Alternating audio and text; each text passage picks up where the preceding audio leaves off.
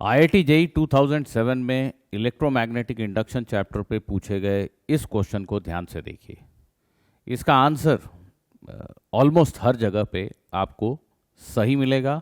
Option A इसका सही answer है, पर शायद ही किसी जगह पे आपको इसका करेक्ट एक्सप्लेनेशन मिलेगा।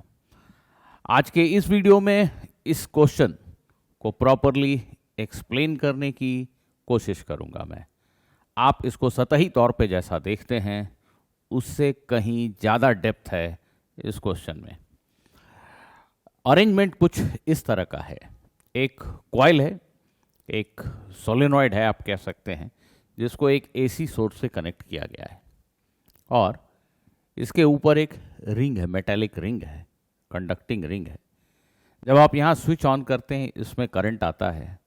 तो क्वेश्चन का कहना है कि इनके आपस के इंटरैक्शन से ये रिंग यहाँ पे लेविटेटेड रहती है, यहाँ पे टिकी रहती है। ग्रेविटी इसको नीचे खींच रही है, इसके बावजूद ये यहाँ पे टिका रहता है। दैट मीन्स ये कॉइल इसको रिपेल कर रहा है एक तरह से। तो इसका रीज़न असाइन बताया गया है स्टेटमेंट नंबर 2 में, और कहा गया है कि क्या वो रीज़न सही है या नहीं, ब्ला ब्ला।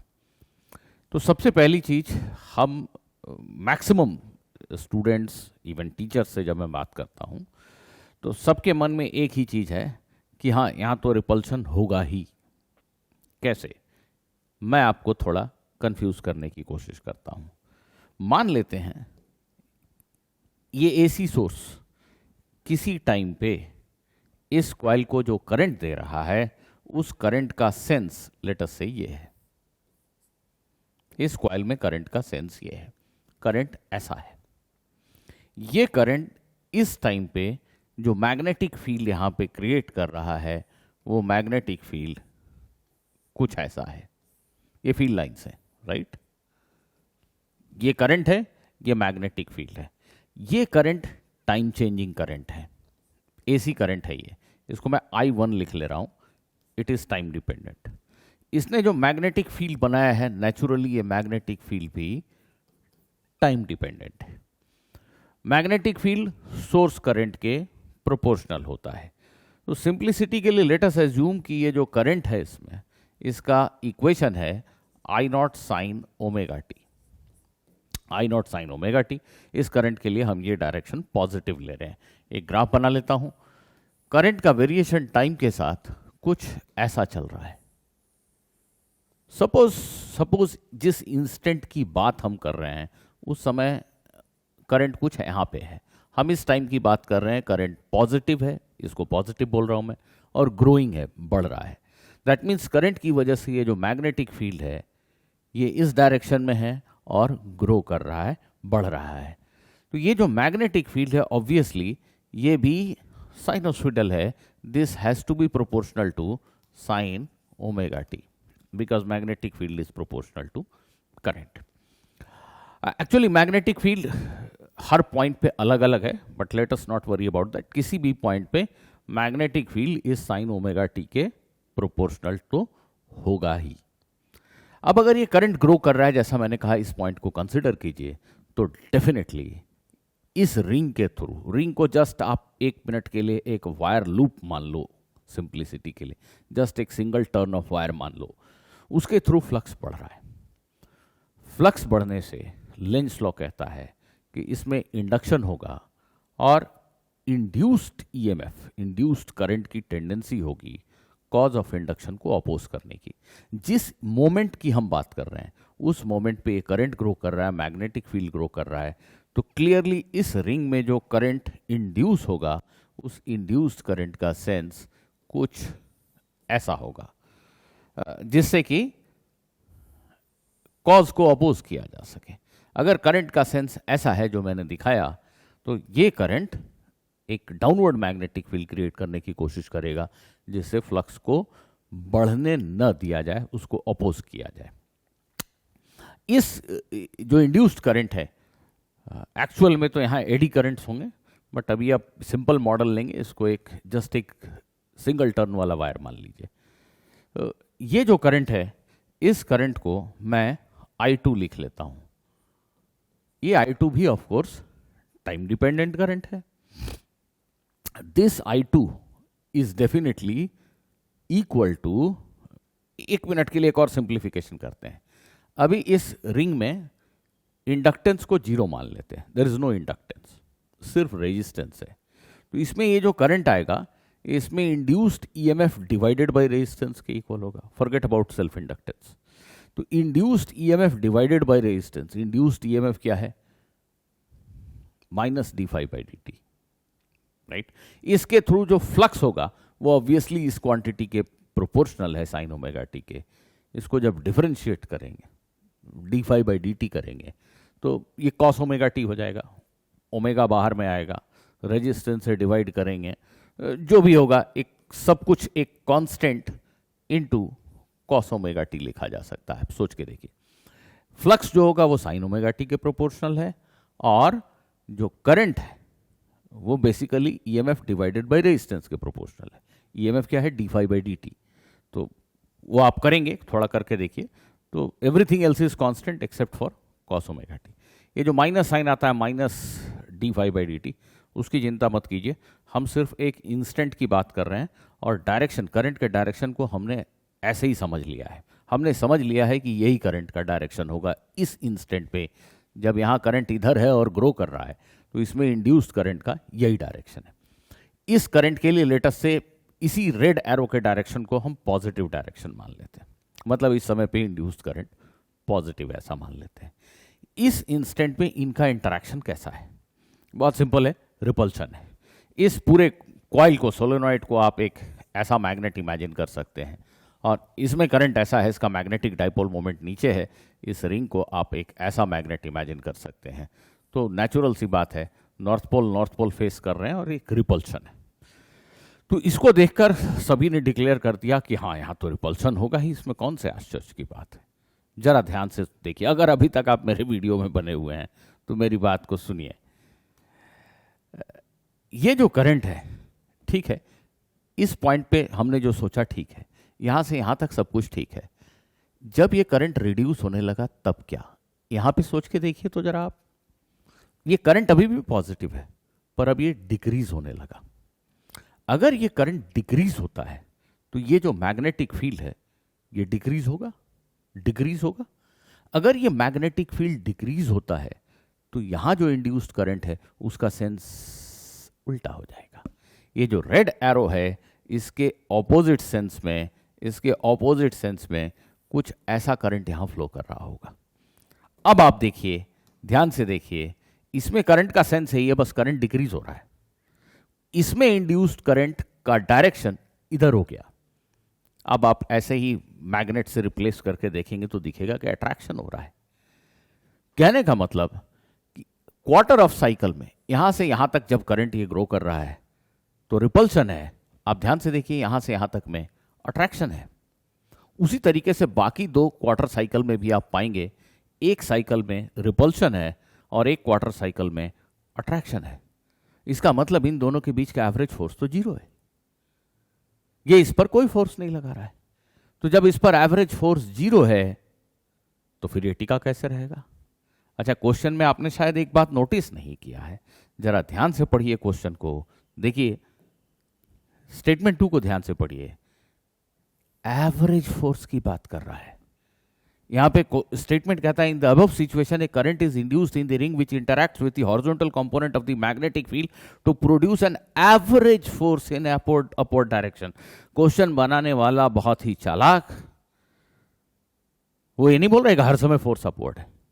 अच्छा, तो हम देख रहे हैं कि फोर्स कभी अट्रैक्टिव है, कभी रिपल्सिव है, फिर ये टिका कैसे है? स्टेटमेंट 2 में लिखा है कि एवरेज फोर्स अपवर्ड होगा।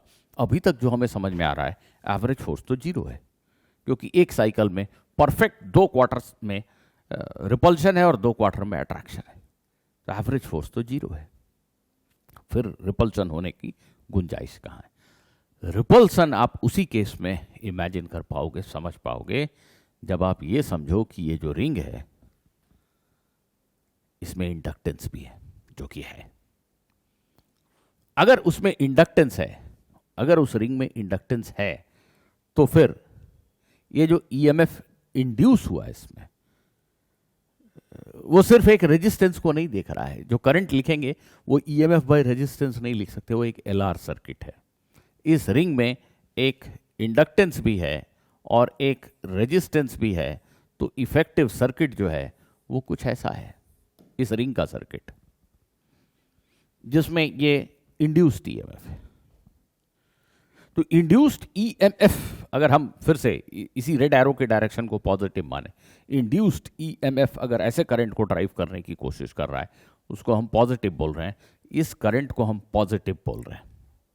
अगर ऐसा बोल रहे हैं तो प्लीज समझिएगा, ऐसे एलआर सर्किट में अगर इंड्यूस्ड ईएमएफ, इस ईएमएफ को मैं लिखूं E naught sine cos omega T, I am sorry, ये ईएमएफ या करंट के इक्वेशन में कॉस आया था हमारा, तो E naught cos omega T, plus minus को इग्नोर किया हमने, इसको पॉजिटिव डायरेक्शन लिया।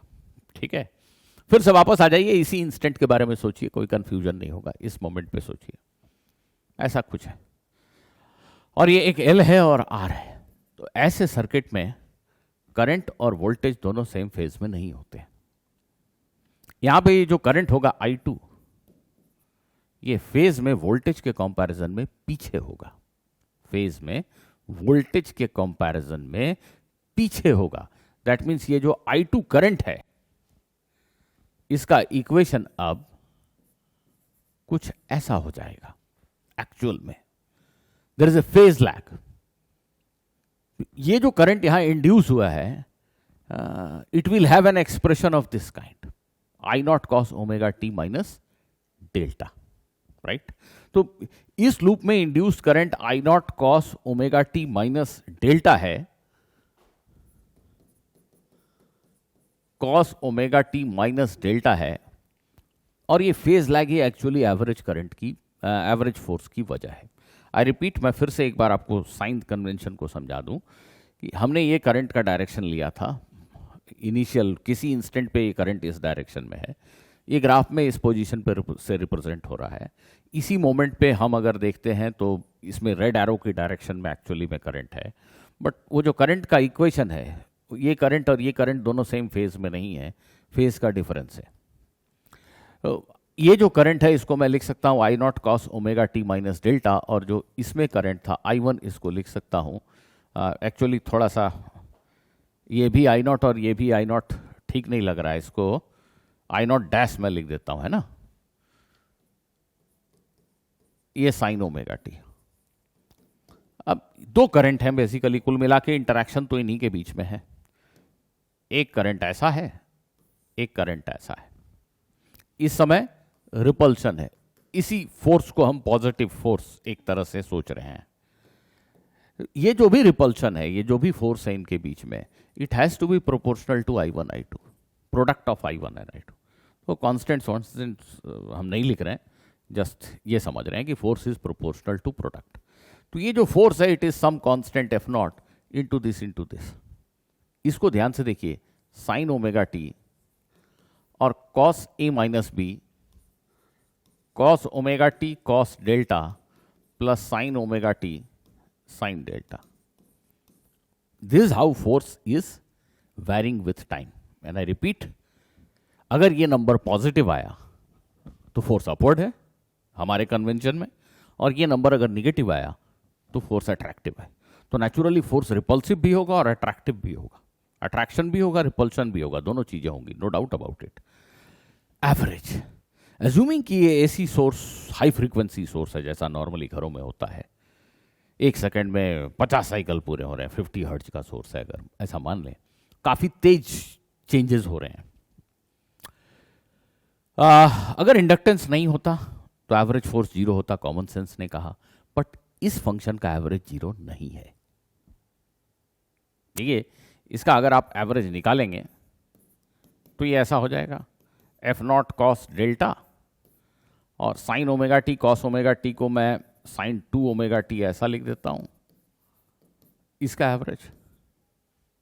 और जो दूसरा वाला टर्म है F0 sine delta sine square omega t, sine square omega T का एवरेज। क्लियरली ये जो पहला टर्म है इसका एवरेज एक फुल साइकिल में 0 है, इसका एवरेज तो 0 है, बट इसका एवरेज 0 नहीं है, इसकी वैल्यू हाफ होती है. It is a positive number in our discussion. तो जो रिजल्टेंट फोर्स है उसका एवरेज ओवर वन साइकिल और a long period of time is positive number. That means average force is repulsive. ये तभी मीनिंगफुल है जब इसका इंडक्टेंस कुछ तो फाइनाइट नंबर है. अगर इसका इंडक्टेंस 0 है, एवरेज फोर्स 0 है. What if this ring is a super conductor? अगर ये रिंग सुपर कंडक्टर है तो क्या होगा, ये सोचने की जिम्मेदारी मैं आपके लिए छोड़ता हूं. हाँ, क्वेश्चन में जो मैग्नेटिक फील्ड के हॉरिजॉन्टल कंपोनेंट की बात की गई है उसको जस्ट 1 मिनट समय दे दूं. अगेन एज्यूमिंग कि ये करंट ऐसा है, यहाँ मैग्नेटिक फील्ड लाइंस ऐसी हैं, तो एक्चुअली में इस जगह पे मैग्नेटिक फील्ड इस डायरेक्शन में है, इसकी वजह से इसके 2 कंपोनेंट हैं, हॉरिजॉन्टल और वर्टिकल. अगर इस रिंग में इस समय करंट ऐसा है, तो यहाँ आप अगर एक करंट एलिमेंट लेंगे इस तरफ, तो आप देखेंगे कि जो वर्टिकल मैग्नेटिक फील्ड है इसकी वजह से इस एलिमेंट पे जो फोर्स आएगा वो रेडियल आएगा. ऐसे ही हर एलिमेंट के ऊपर फोर्स रेडियल आएगा और वो सारे फोर्सेस कैंसिल हो जाएंगे. That means vertical component of magnetic fields के साथ जो करंट का इंटरेक्शन है, it will not produce any force. So अगर हम उसको वैसे देख रहे हैं कि force is I dl cross b, तो it is the horizontal component of magnetic field that is responsible for force. जैसे इस डायग्राम में यहाँ पे हमने एलिमेंट लिया आई डी एल आपकी तरफ और बी एच इस तरफ, तो I d l cross B H upward, इस छोटे से एलिमेंट के ऊपर एक अपवर्ड फोर्स आ रहा है because of horizontal component of magnetic field. तो ऐसे ही हर छोटे छोटे टुकड़ों को अगर आप देखेंगे तो सबके ऊपर एक अपवर्ड फोर्स आ रहा है जो रिपल्शन की वजह है. लेकिन जब करंट का डायरेक्शन चेंज होगा, जैसा मैंने कहा, अगर इंडक्टेंस नहीं है तो वो फोर्स अट्रैक्टिव भी हो जाएगा. एवरेज फोर्स तो 0 होगा अगर इंडक्टेंस नहीं है, पर अगर इंडक्टेंस है तो एवरेज फोर्स एक पॉजिटिव नंबर है. इस क्वेश्चन के बारे में और सोचिए.